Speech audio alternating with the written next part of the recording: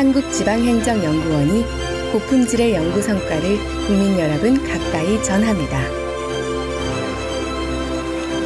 행복한 지방행정 보이는 연구.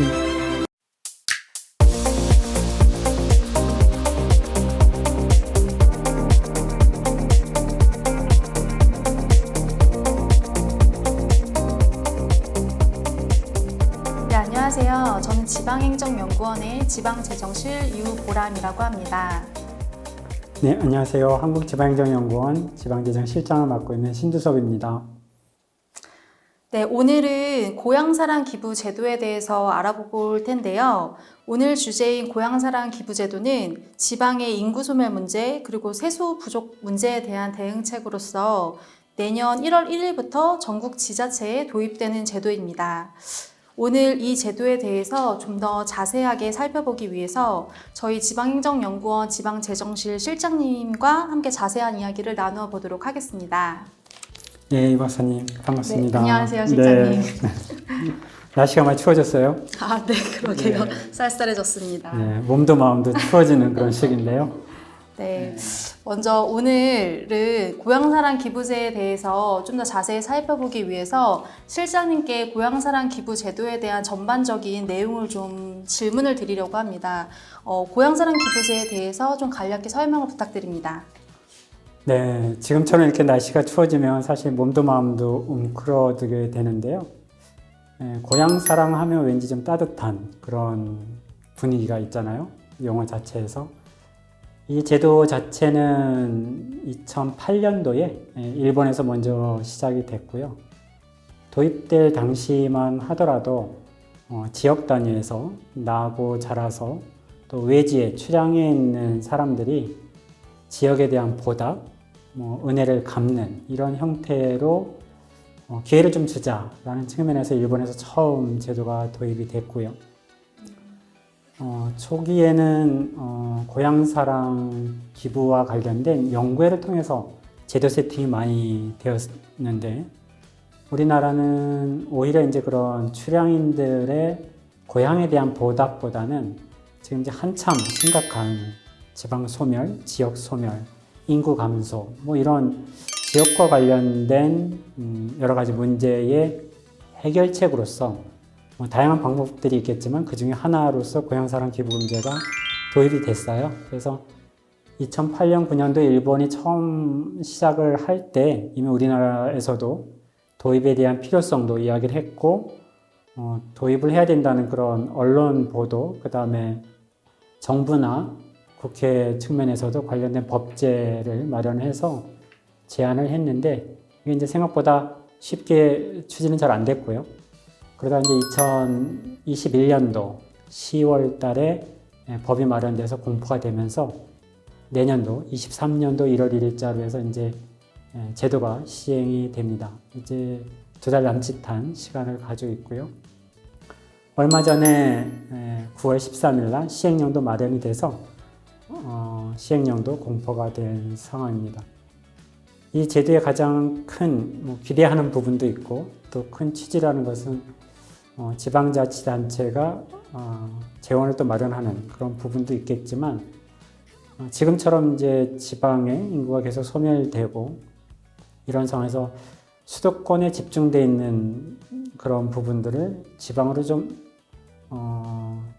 유턴하는 그런 형태로 하시는 방법이 없을까 이런 측면에서 이 제도의 활용도가 상당히 높다고 생각을 해요. 그래서 이 제도 당초의 취지에 맞게끔 지자체에서 얼마큼 잘 활용할까 이 부분도 상당히 클 것 같고요. 그리고 이 제도의 핵심은 기부 금액에 따라서 100% 다 세액공제도 받고 또 한 가지는 그간의 기부금은 세액공제가 메인이었다면 이 제도는 세액공제 플러스 기부금에 대한 답례품을 지방자치마다 자치단체마다 준비를 해서 답례품을 또 선물하는 그런 제도로서 아주 특징을 가지고 있습니다. 제가 기대하는 것은 이런 것들을 통해서 인구 감소를 조금이라도 좀 사전적으로 예방하는 측면에서 작용을 했으면 좋겠다 이런 생각을 가지고 있고요. 또 하나의 특징은 이게 500만 원이 상한이에요. 기부할 수 있는 게. 그러다 보니 가장 많이 기부하는 금액대가 어딜까? 이 금액대에 따라서 또 답례품 준비를 지자체에서 해야 되기 때문에 남은 2개월 동안 지자체가 많이 바쁠 거라고 생각합니다. 네. 전반적인 소개를 해주셔서 너무 감사드립니다. 그리고 아까 잠깐 말씀하셨던 것처럼 이제 고향사랑 기부를 통해서 기부자들이 받는 혜택으로서 세금 공제 혜택 그리고 답례품을 수령할 수 있는 그런 혜택이 좀 중요하다고 받을 수 있다고 이야기를 하셨고요.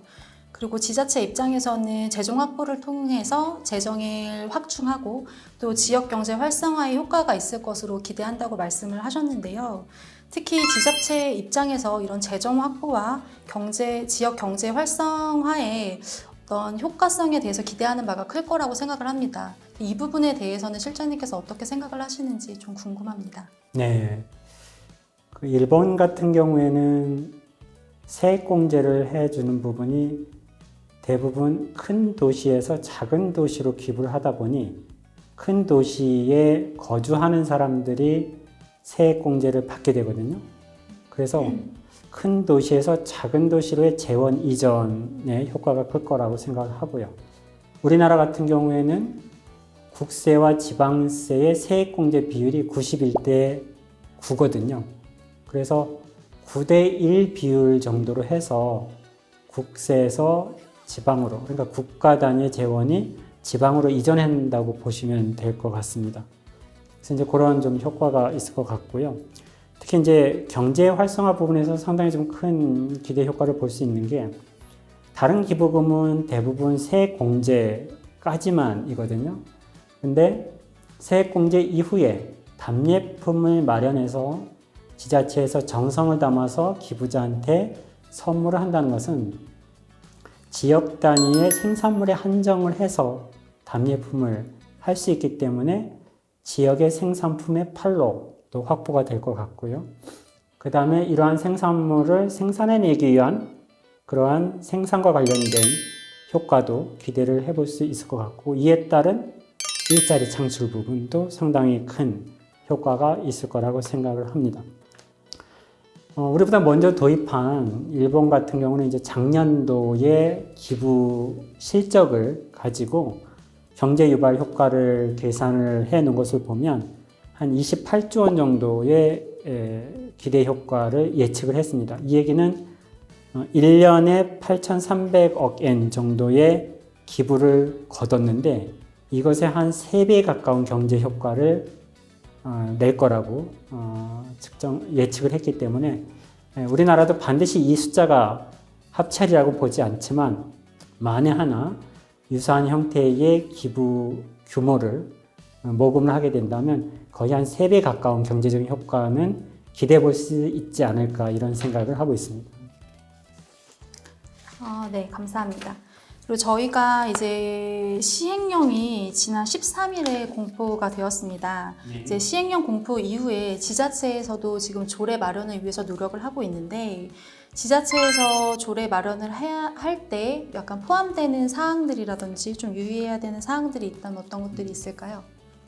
네, 작년에 이제 법이 통과된 이후에 거의 한 1년 정도 시간을 가지고 시행령을 중앙부처에서 마련을 했고요.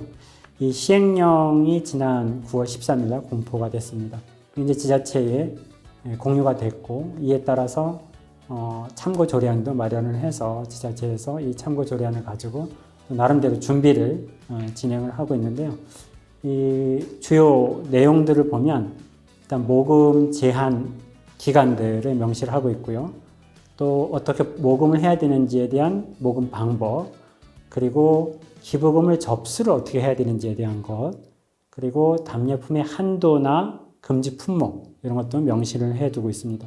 그리고 이제 답례품의 선정 절차나 방법, 그리고 이제 기부금이 모여지게 되면 이것을 어떻게 관리 운용할까에 대한 부분들, 그리고 이 정보 시스템이 일본 같은 경우에는 민간 업체에 위탁을 해서 이 포탈에서 운영이 되고 있는데 우리나라는 중앙부처에서 주관이 돼서 종합정보 포탈을 지금 구축을 하고 있기 때문에 이 기관에 위탁 운영하는 부분에 대해서 명시를 해놓고 있고요.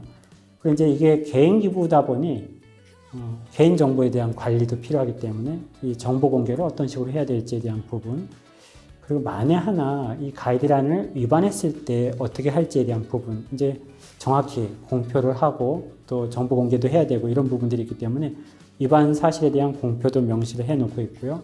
또 이제 고유 식별 정보 처리를 어떻게 할 건지 대충 이제 한 10가지 정도에 대해서 내용들을 담고 있습니다.